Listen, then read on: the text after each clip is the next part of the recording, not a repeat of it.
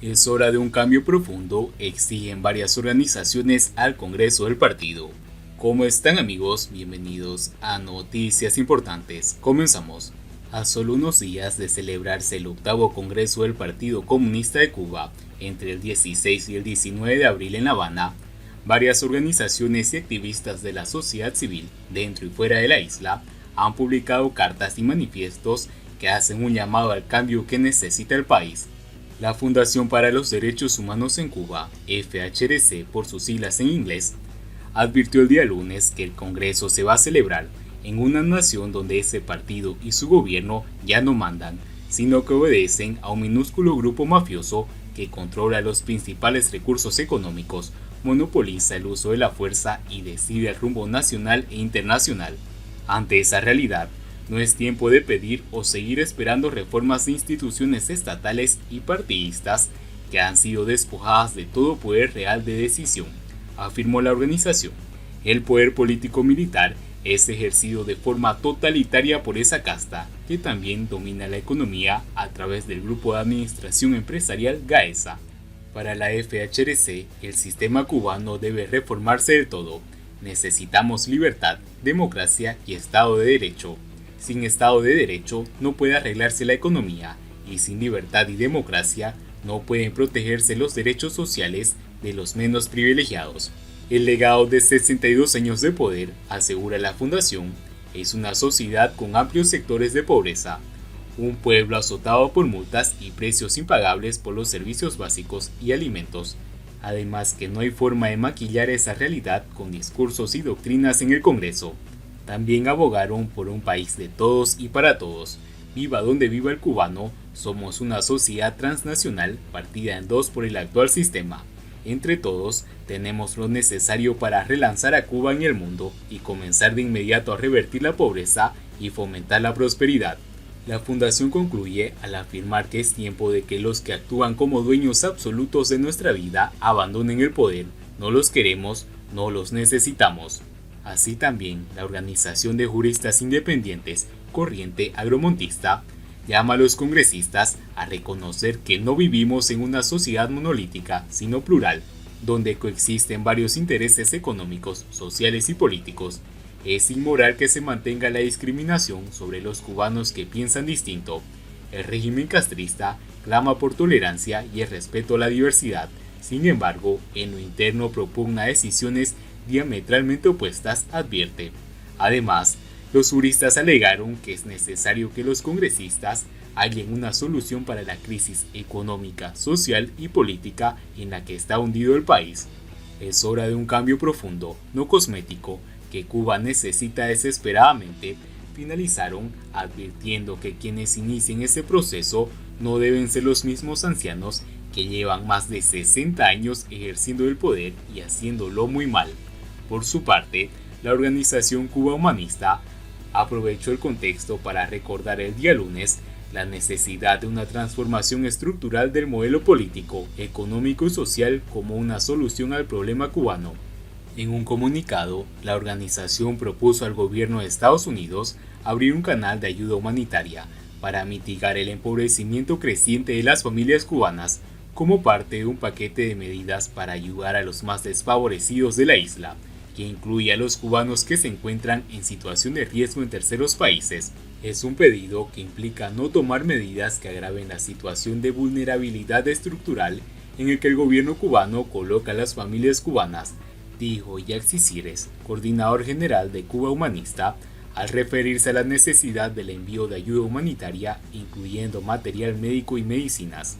Para Cires, la solución definitiva del conflicto cubano y la crisis que vive el país no solo tiene que ver con una transformación del sistema, sino que tiene que ver una deseable voluntad política de quienes tienen el poder para cambiarlo y quienes exigimos que no delaten más esa tarea. La tarea cubana es prioridad para Cuba Humanista, sobre todo cuando las autoridades son incapaces de dar una solución a los crecientes problemas que agobian a millones de cubanos, afirmó Cires. También el día lunes, el grupo de artistas, intelectuales, activistas y periodistas cubanos denominados 27N publicó un manifiesto en el que expresan su idea de país para Cuba. inclusivo, democrático, soberano, próspero, equitativo y transnacional.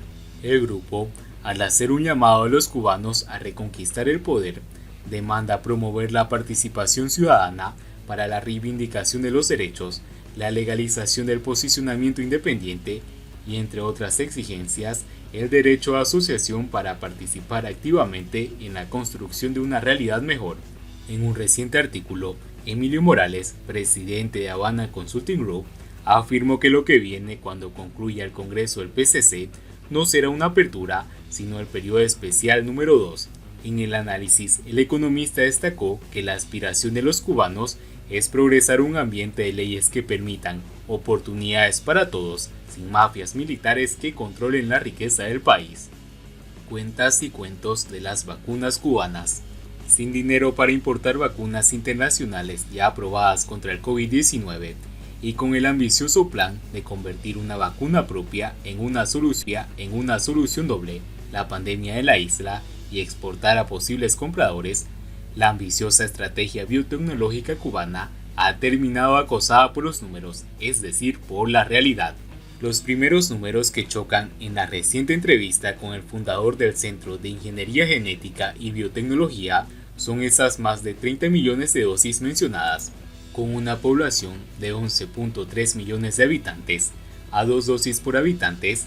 Es posible que para una oportuna inmunización para una gran escala hubiera bastado solo la mitad de esa cifra.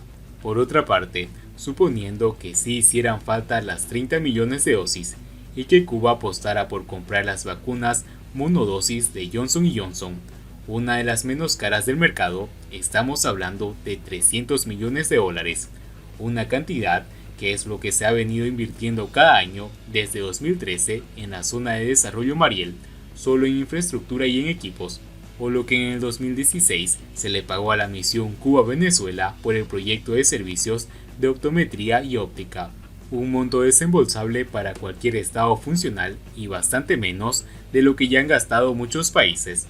El gobierno español, por ejemplo, se ha gastado unos 1.900 millones de euros en la compra de vacunas contra el COVID-19.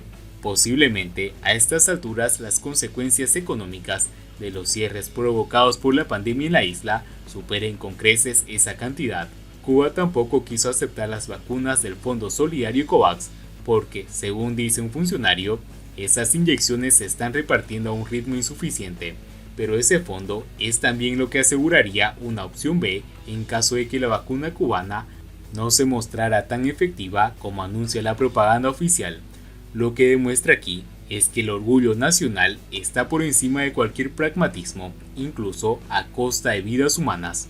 En cambio, el gobierno de Díaz-Canel ha repetido una y otra vez que será capaz de producir 100 millones de dosis de una vacuna nacional este año, más que suficiente para vacunar a todo el país, más a los visitantes extranjeros que quieran quedarse en la isla todo el tiempo necesario para recibir, por ejemplo, las 3 dosis de Soberana 02 y exportar el resto a un precio competitivo. Hasta el representante de la Organización Mundial de la Salud en la isla ha admitido que es posible que Cuba no disponga del equipo necesario para fabricar su vacuna a esa escala. La Soberana 02 no es tan soberana. Los 100 millones tendrán que ser producidos en laboratorios chinos, incluso en Venezuela. Pero el problema fundamental de las vacunas cubanas es que no acaban de aprobarse. No estamos hablando de esas pruebas cada vez más masivas que son una vacunación encubierta por encima de las fases habituales y necesarias en estos casos.